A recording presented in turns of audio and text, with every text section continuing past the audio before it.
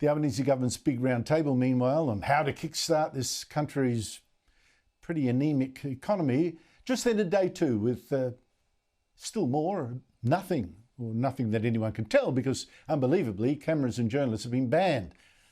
But there have been some very good ideas from outside that round table, ideas the government doesn't want to hear. Now, first, former Reserve Bank Governor very interestingly said the government had lost spending restraint.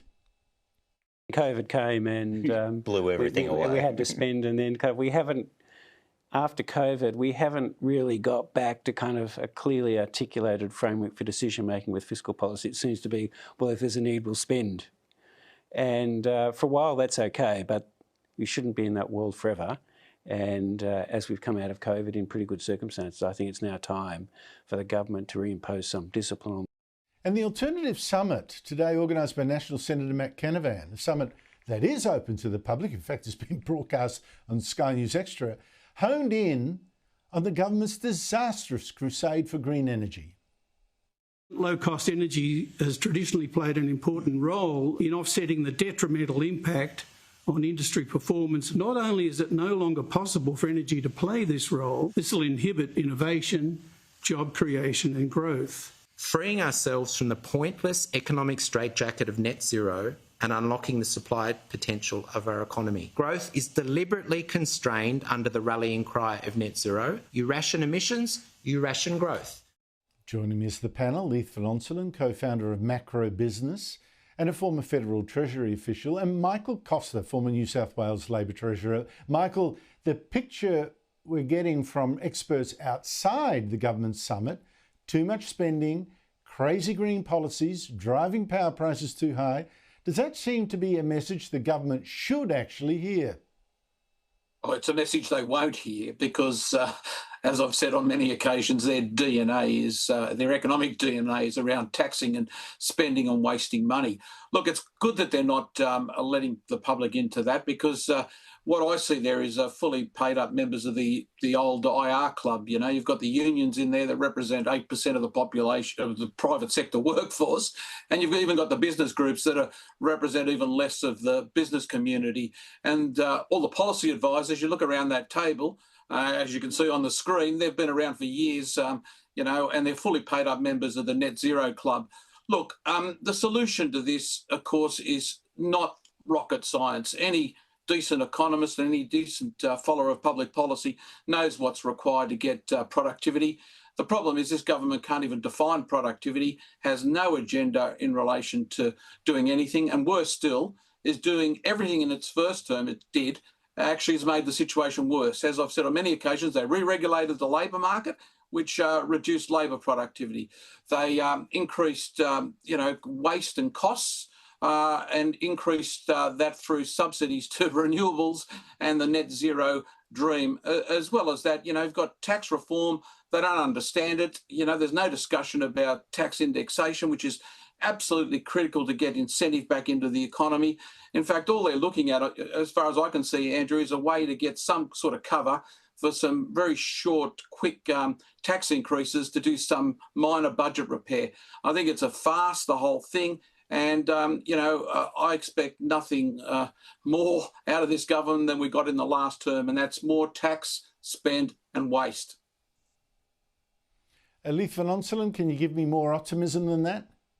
No, not really. I think, Andrew, this productivity summit's going to fail because it hasn't bothered to discuss the two key areas that are contributing most to our decline in living standards and productivity. And that's that Australia's running an excessively high, poorly targeted and low-skilled migration system that is basically crush-loading everything, housing, infrastructure, business investment, and as a result, our living standards are going down, not up, and productivity growth is falling because of basically capital shallow in this country. We're not providing all the millions of extra workers with tools and machinery and enough infrastructure, so your productivity goes down. The other area is we've got soaring energy costs, as Gary Banks just said, due to our idiotic net zero policies and the failure to reserve gas on the East Coast to give ourselves cheap gas. I find it extraordinary that we export 7 times more coal to the rest of the world than we burn ourselves. We export 4 times more gas.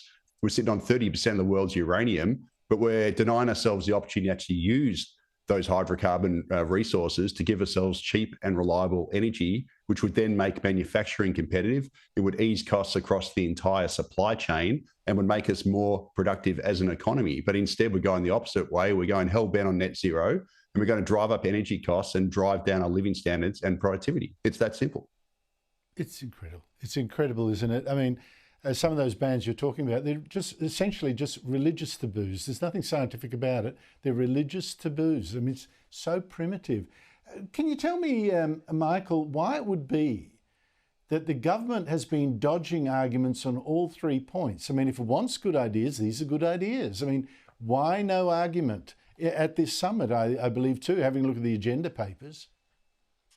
Well, they don't want reform, Andrew. I mean, Anthony Albo is from the socialist left. He opposed every single reform of the Hawke Keating government. Financial deregulation, labour market deregulation, product market reforms, the microeconomic reform agenda, and the privatisation. He opposed all of that. He hasn't changed. And unfortunately, the Treasurer, he might be an expert or have a PhD in Paul Keating's politics, but he doesn't understand his economics and the consequences of those economics for our long-term productivity and wealth. And unfortunately, that's what we're facing. So what I think they're looking for is they know they've got a problem with the budget. They know that they need to increase taxes because they're never going to reduce spending. In fact, they're increasing spending as we speak. They're picking winners, which was, we've seen with that silly fund, Future Made in China. Quantum computers and all this nonsense. And what are we facing? We're facing a situation where, debt of $1 trillion, government spending deficits are at record levels, NDIS about to, destroy all of the public sector's ability to fund anything if it's not reformed. Some minor reforms mentioned today, but nothing of substance. So, look, it's just window dressing. Just on the NDIS. Just on the NDIS, I thought it was bizarre. The Health Minister, Leith, was saying, big reform. We're going to take autism, people with autism, and that's a huge growth industry there.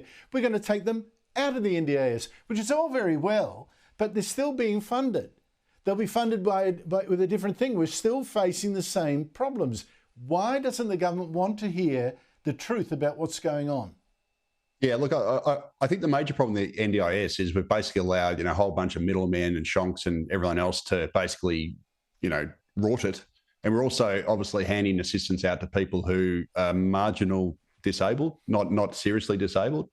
And because of that, the program's blown out to about $50 billion a year, and the Parliamentary Budget Office warns that within a decade it could be $100 billion. So, it's obviously unsustainable, and it needs to be reined in, and it needs to target people who are genuinely disabled in the most cost-effective manner, not this sort of blanket approach where, we have middlemen and shonks basically, becoming millionaires off it at our expense.